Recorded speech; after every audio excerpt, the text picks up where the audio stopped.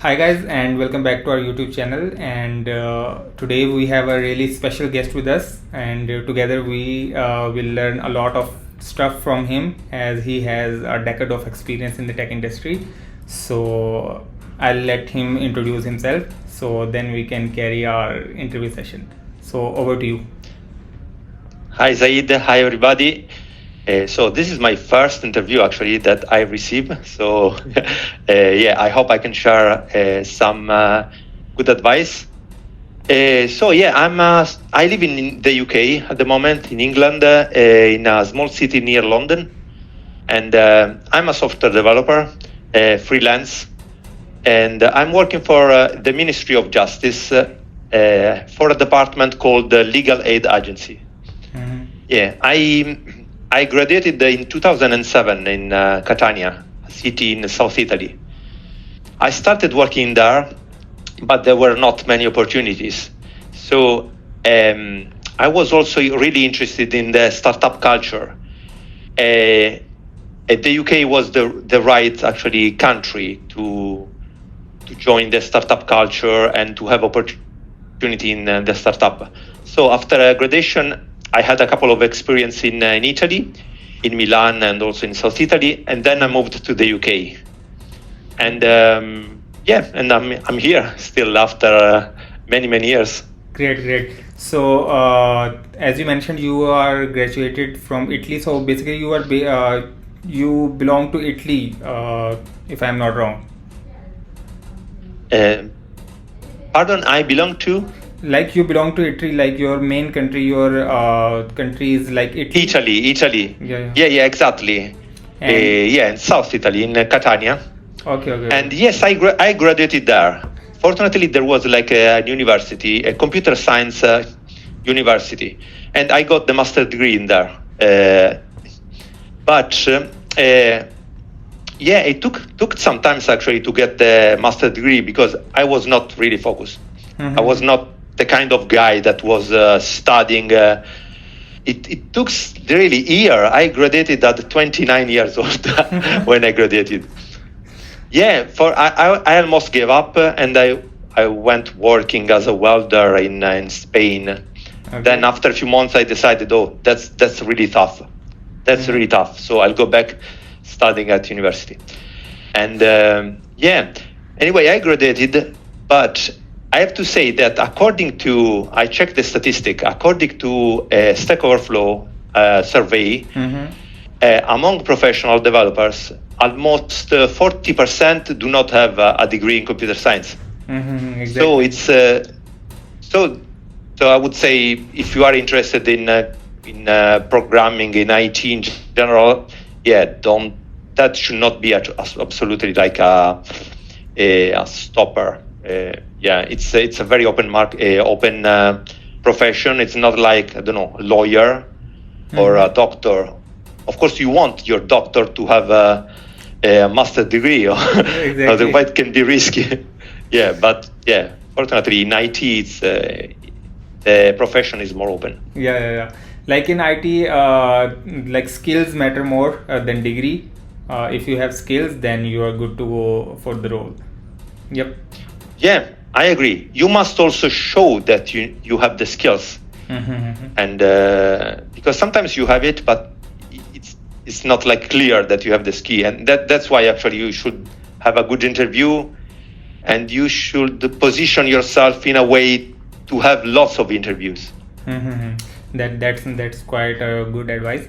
And how much experience do you have at that time when you first shifted to UK, and how did you land your first job here in the UK? Yeah, the transition was not easy. I had like couple of years experience in Italy. I also actually had 3 months experience in Boston as a QA tester. Mm-hmm. But then I moved back to Italy because it was too far and I wanted to stay closer to my family. I had a couple of years of experience and I even tried actually my own startup. I co-founded a startup in South Italy. Okay. It was not going bad. It was really slow to take off. And So at the end, I decided to move to the UK to have a more stable job. So, are you working in Ruby on Rails from the very start of the career, or you have just shifted to this tech stack? I shifted. Yeah, that's a good question, actually. I started, when you studied at university, you usually learn Java. And that was my case, actually. So I started working on Java. But in 2006, 2007, as you know, Ruby was really in high demand, especially in the startup.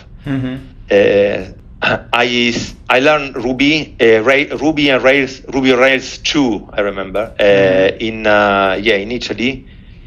And then I started arranging. So my goal was to move to the UK. So I learned Ruby Rails. In my first startup, I had opportunity to put in practice the knowledge. So I had a project. That was really important. So when you have the interview, you can say, oh, even if actually I didn't work with this technology, I made this, and I could show something.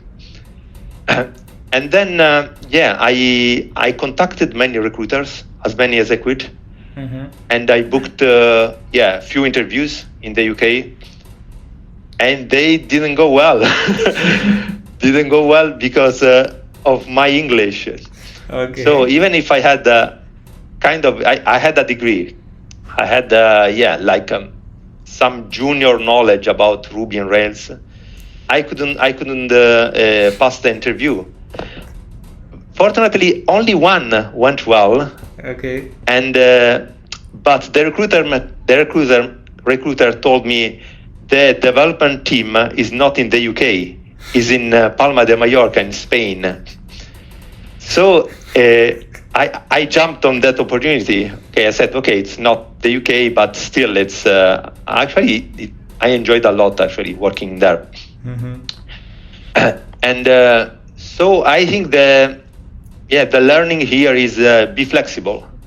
So let's say you want to work in a certain place, but sometimes you have a learning opportunity in a different place. So I think you should, if you are a junior, just jump on it. Don't be too picky at the beginning.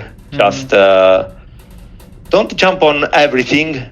Just on that job that can give you opportunity, growing opportunity, and then after 1-2 years, you can apply for a new job in a place that you prefer. Exactly. That's good. And do you remember your first interview here in the UK? Like what mistakes you have made there, or any specific memory related to that interview? It was about my communication. My English was really poor. I could barely understand them, and of course, if you don't understand them well, you cannot reply properly. Yeah, exactly. So the communication was difficult. So I would say, of course, first you must communicate well in English. I have to say, I studied at school when I was younger. I studied French, for example.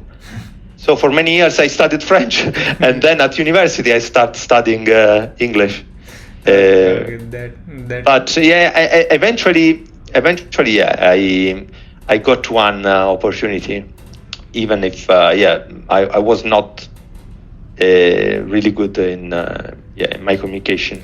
Do you think like communication skills are more important than your coding skills? Oh, I think that changed by the time. When I started, for example, even if I was not good in my communication, my coding skills helped me because there were less developers, and so actually it was easier to get a job. So I would say when I started, 4% communication skills, 60% developer skills.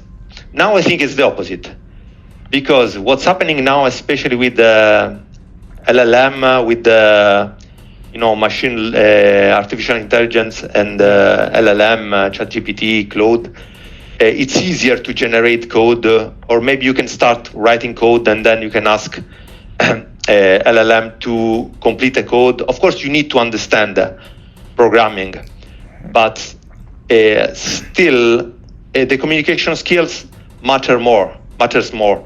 You can negotiate better the features. You can communicate better with your team, and communication is a wide term. But now I'd say communication and soft skills matter more than development skills. Exactly. So throughout your career, like you have given a lot of interviews, as you have mentioned earlier. So what was the success ratio there? Like how much interview did you have passed and how much interview did you have failed? So I had since I am in the UK, I guess I did about 50 interviews. The ratio, I would say, 1/3 success. So like 2 wrong and 1 success. Sometimes it's just because you are not a good match. For example, they ask for like really high standard JavaScript skills, and that's not my case. For example, I am mainly backend. I can do some front end, but I'm mainly backend. Sometimes yes, their expectations are different, or sometimes it's not, let's say, your day, and you did just a bad interview. That happens, and so I would say 1/3. And what do you think? Like how much of the ratio you have failed was due to communication skills, not coding skills, or they're equally? Well, this is kind of the feedback problem. When you do an interview and you failed, I tried many times actually. I ask for feedback, I ask for advices, but they don't take the time to reply. Like most of the time, they don't reply. Like, you didn't pass, okay, and you just get a phone call if you're lucky, and they say, you didn't go well, from their recruiter. And so sometimes you get a feedback which is really generic, so it's not actionable. And very rarely I got like some useful feedback, but that's not the case. So you need to figure it out actually what I did wrong. I'll just ask more the recruiter, send emails to ask more than once. And also when we talk about interview, there are many kinds of interview. Like the first one, for example, let's say you want to work in the UK, at least here it's working this way. I think in America as well, in the USA. And the first usually is from the recruiter. It could be internal or external recruiter, like from the company or like an agency, let's say. And then the second one is from the company, from someone in the company. For example, a manager, delivery manager, for a project manager. Then you have and that one is about knowing you. Like, are you the kind of person that fits well in the team? Why do you want to work in the company? So for that interview, you should do some research on the company and ask a few questions to show that you are interested in the company or working there. The third one is the technical interview. So I guess, your questions are more relevant to the technical one. But that's not the only one. I mean, you have also other interviews. Usually, you have like 3 interviews. And sometimes you have even a technical test, which nowadays is less frequent. But years ago, when I was more junior, mid-level, I was asked to do a technical test. Like they gave me a problem, couple of days to solve it, like building a Rails application or a Ruby class that makes this kind of computation. And actually they were pretty fun to do. I don't know if they are still doing this. Maybe it's less frequent. Probably because of LLM now it's easier to to just figure out a solution. But yeah, some companies still doing it. I think there is some value on that. Yep, like some companies take around 7 to 8 rounds of interview, and they have a lot of some system design rounds and some technical design and some take home assignments as well.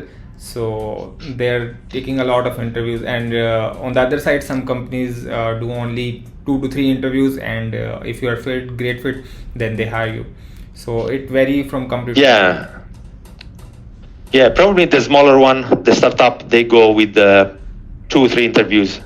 And the big one, of course, if you go to, I don't know, to Amazon or Google, yeah, I expect to have like a 5, 6, 7. I'm not sure. I've never applied for such a big company. So if you look back in your career, how was the success ratio of receiving the call after applying at specific company? Like you have submitted your resume, and how much success did you got there, like receiving a screening call or shortlisting your resume? It was low. I think the call that I received went up once my LinkedIn contacts raised. I think, LinkedIn helped me a lot. I used to do like the online application, for example, LinkedIn or in the various websites. And the ratio is pretty low. I cannot say, but it's pretty low. I don't know, 20%, let's say, every 4 or 5, just 1 replies. But you can actually follow up. For example, you send the application, and usually when you send the application, you see the name of the recruiter. Exactly. And you can search the recruiter. You can search the recruiter on LinkedIn, and then ping him. And you can say, hello, I've applied for this role, and so you can follow up to actually show interest, because they of course receive tens of hundreds of application. Yeah.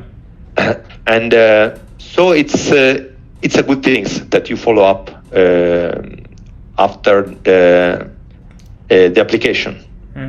So as nowadays most of the people are doing software engineering or CS degrees, and they're jumping towards programming. So how would you suggest some freshers that what should they do to stand out from all that applicants and grab a job as early as possible in the market? Any advice from them? I guess it's not just start super fresh. I mean, of course, you didn't work. I mean, and so you cannot show that you have worked already for a company. So the only way is to build a project, to build your own project, or even something that has been built already. It's something that you want to show. You can contribute to open source. You can have a blog and you can write some articles. Something that show that actually you have that kind of knowledge, even if you are a junior. That does not mean that you are totally zero. Yes, you are a junior, but you have already that basic knowledge. So you need to show somehow that you have that basic knowledge. If if you apply for a Python junior developer, you need to show that you have done some project, like 2, 3. You must have like GitHub with a couple of projects that you can show. Yep. And you can. So it's also you can talk. You can talk about your project, and you can tell the difficulties, like build a story on the project that you have done. Like I built this one because I had the needs to do this, and like talk about the difficulties that you had building that project. Exactly. Like create a story about that project. Like you recommend, like if someone is fresh, then they should not apply as fresh. They should build some projects related to their tech stack in which they are interested, and after that they should apply. So they should have something to talk about in the interview. Yeah, I think that helps a lot. Yeah. even if they don't ask it explicitly, find a way to talk about it. And during the conversation, that helps you to send out. Exactly. So, when preparing for a technical round, what should a candidate focus on? Like they should focus on algorithm, frameworks, or problem solving mainly. What should they focus on mainly? It depends, of course. Usually, what I do is I read very well the job spec, and I come out with a series of questions. I do like brainstorming about the possible questions that came up about the job spec. So I wrote down the possible questions, and then I rehearse. Then I answer the questions, and then I rehearse. Nowadays, it's even simpler because actually when I should do that, I copy and paste the job spec. I remove the personal identifiable information. That's important because you don't want to share like too much information with the LLM. You never know. And then I ask the LLM, generate 30 interview questions based on that job spec. And it's impressive actually how the questions are really similar to that one that come up on the conversation. Yeah, so brainstorming generate more questions, and then answer the question and rehearse the question. I think that helps a lot.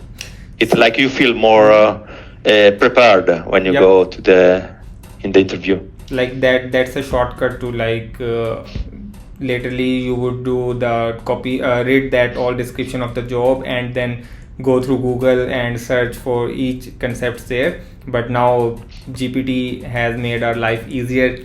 You just copy paste there and ask them to generate the questions there.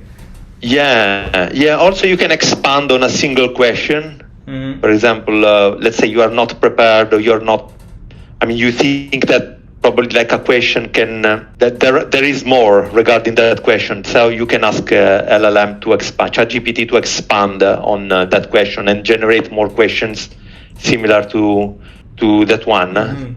And of course can happen that they ask you theoretical questions as well. Like I received question about talk me about the solid principles or tell me about graphs search, like the short path between two nodes in a graph. And so you need to talk about the way. I think the algorithm are DFS, it's not on top of my mind now, but there are different strategies to visit the graphs. Like Dijkstra, I think it's called Dijkstra. One of the algorithms.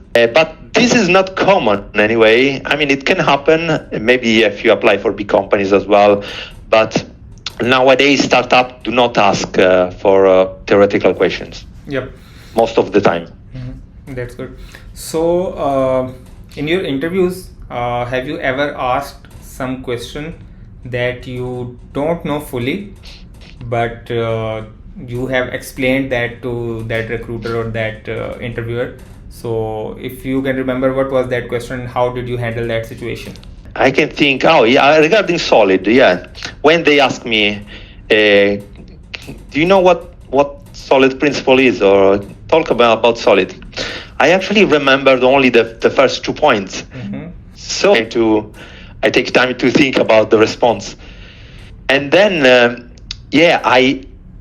I tell what I know simply. For example, solid, I explain the S, and I said, it's S is single responsibility, which and I start talking about it, and then the O, which is open close principle, and then the other one I struggled, and then I said, it's not on top of my mind, but it's something that I knew. It's a topic that I studied. It's just I don't know now.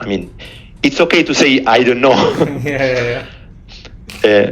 Actually, I've read in some articles that it's not it's not really good to be over prepared, because it's like a way for the interviewer to see how you handle tough questions, like questions that you cannot fully reply like at the moment.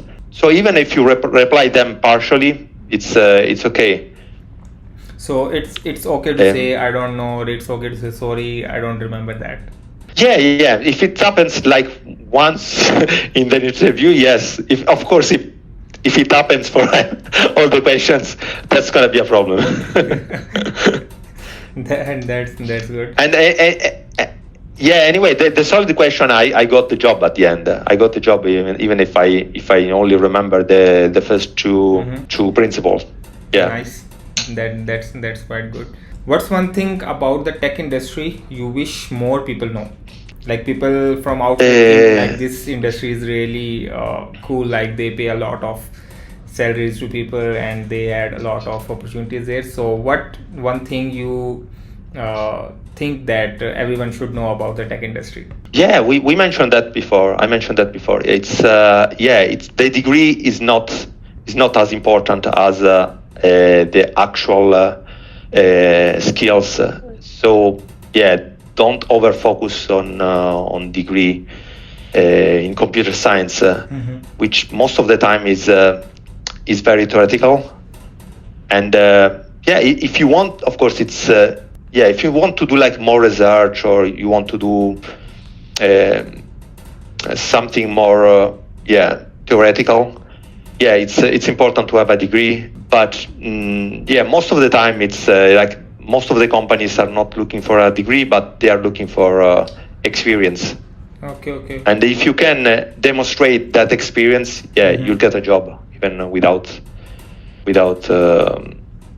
a degree. Yeah, so you're saying like if you don't have a degree, then don't worry about that and focus on your skills, build some projects, and then apply for that role, and you'll get hired. So that's the one thing you want to share with everybody. That's good. I guess also it depends a lot from where you are starting. Even the project can take long time to build a project. Exactly. Let's say, for example, to resume this. So you do not need a degree in computer science to get a job in IT. And also, the other advice actually is that there are so many roles other than developers, and people think that working in IT is just coding. No, you can have a career in as a UI designer, user interface designer, user experience designer. You can be like a business analyst or a AI expert, QA tester, and then you can transition in other career as well during the years, depending what you like more and what you think is better for you. But the other advice is there is not only coding, and yes, there are many professions. So just explore when you start, like explore like all the possibility, not just coding. That can be very frustrating anyway at the beginning. Yep. Yeah, you must learn so many things about it. You don't need a degree, but there are so many things to learn. That's good. So a couple of questions left. So if you could go back to your fresher self, what advice would you give before attending your first interview? I was really stressed with my first interviews because I took it like there was a right answer. I think I would take easier and like showing more interest on the company and on the role. Like I'd remind myself that interviews is like a two-way conversation. Yep. And there is not like often like the right answer, especially when you are a junior. It's okay like not having all the questions. And also, a good advice would be rehearsing your answer out loud before the actual interview. like rehearsing, talk with with someone, either yourself or with a friends or a friend or a dog. It's good to answer out loud the possible questions. What soft skills helped you progress in your career that you didn't realize were important at first? So it's the collaboration with other developers. I think we think sometimes we think, oh, coding is just you are yourself resolving a hard problem, and so you must be super smart and know everything. Nowadays, the web applications where I'm working are so complex that you don't know everything you do not have like the clear vision of everything, and so collaboration with other developers is really, really important. And so it's good establish good communication with them, a good relationship. Some of my roles I was really stubborn to find the solution by myself, but it is not worth to spend like days and days on finding a certain solution. So a more open communication with other workmates would have saved me hours and hours. That's really good. That's really good. So last question, probably, like, what mistakes did you make early in your career, and how did you overcome them? I would not say mistake. I was really focused only on the coding part. For example, I just would take my ticket on Jira or other ticket software, and I would stay just focused on coding. And sometimes like the vision of the business was not really clear to me, and it helps a lot in your career, like to communicate with the business analyst, with the project manager, to ask question, to clarify a particular part of the business, the vision, and ask any kind of question. And that was one of my mistakes. Now I'm like more interested actually at business level, knowing what's the vision of the business, what are the new features and the main goals that we want to achieve. Devs now, especially now, devs should not be only coding, only code focus. Because that's good. Probably will be in few years that less and less coding task for developers. So developers needs to move up and have a wider vision. That's good. Not just software. So I think I'm done with most of my questions, but at last I would ask some quick questions, like which tech stack do you think is in boom right now? Like if someone is making a tech career right now at this point and starting from really scratch, so which tech stack he should go for? Like it should be Ruby on Rails or MERN stack or Django, or what should he focus on right now? I guess every choice you make has like pro and con. For example, if you go with Java, it will be in high demand even in the future, but you will have much more competition. In the business I'm now, like in Ruby, like probably there are not so many projects like Python, but there are still projects, and the Ruby developers are less, so it might be even easier actually to get a job in Ruby than Python. Anyway, if I'd start from scratch, I would learn a couple of language that I would learn probably Python. And if I'm focused in the web, like Python Flask and JavaScript, I still think it's gonna be important even in the future. I think I'll stay focused with this one, and I learn also SQL for relational database.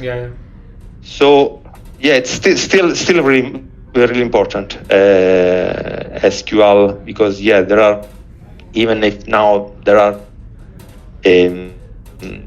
lots of different database technology. SQL is still the grandfather languages for database.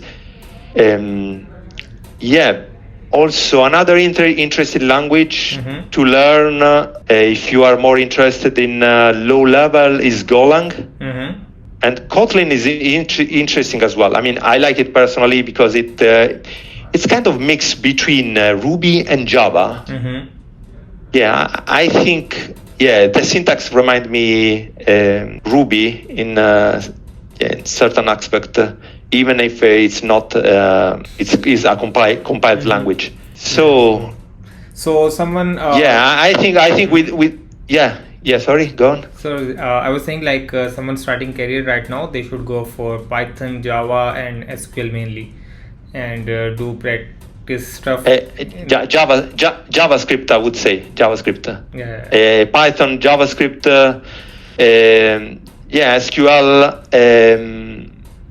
I mean, even Golang or Kotlin, they are good choice. I think at least this is if I think myself like going back, I would start with those. Sure. Anyway, also there is a certain advantage if you learn, for example, I don't know, Python. It's really easy to learn. I mean, it's easier, let's say, to learn Ruby. They are not, of course, there is like it's easier to learn Ruby than learn, I don't know, Haskell or. Even C.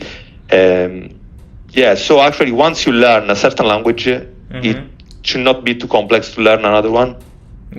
That's right. Like if you have learned any language, then there is a bit of syntax change. The other logical things remain same in every language. I think that was my all of the questions. At last, some general question like have you ever been to Pakistan, or are you planning to visit Pakistan? No, I've not been there, but where I live now, actually, there are lots of people from Pakistan, and so it makes me like wondering. Actually, maybe I should go there. Like sometimes, it's I live now in Reading. I don't live anymore in London. I lived in London until 9 months ago. Now I live like Reading, and there is like a big Pakistani and Indian community. So I'd like to go there to visit there. And a friend of mine shared a video about Pakistan, and there are lots of beautiful places in there. You're most welcome to visit Pakistan. We would love to host you. Have you tried any Pakistani food with any Pakistani friend, like biryani or kadai? I tried that one with what's called dal. The one made with lentils. Which one? Dal chawal. That one. It's made with lentils, right? Yeah. And also there are like small pieces of cheese inside. Is it that one? No, it's dal chawal is like a plate of rice and having some dal. I don't know what to call dal in English, but you have to put that dal on that place of rice and then mix up and then eat that. Anyway, I like the dal, that's for sure. And sometimes I order something that is really spicy, so I need to pay attention what I order, because sometimes this sounds good, I take it and like super spicy. Like the Pakistani and Indian you really like spicy food. Like the Pakistani and Indian food are really spicy in nature. Like whatever you order, it would be spicy. Like we had the famous dishes biryani and kadai. I would highly recommend you to try this. I'll do. Yeah. Also, the math teacher of my son is from Pakistan, and he's really good. So sometimes, he taught me about Pakistan as well. That's good. He's the math teacher. That's good. So I think we're done with it, and thanks a lot for your time. For appearing here and guiding the junior developer as well as me to how to you can say succeed in longer run in the tech industry.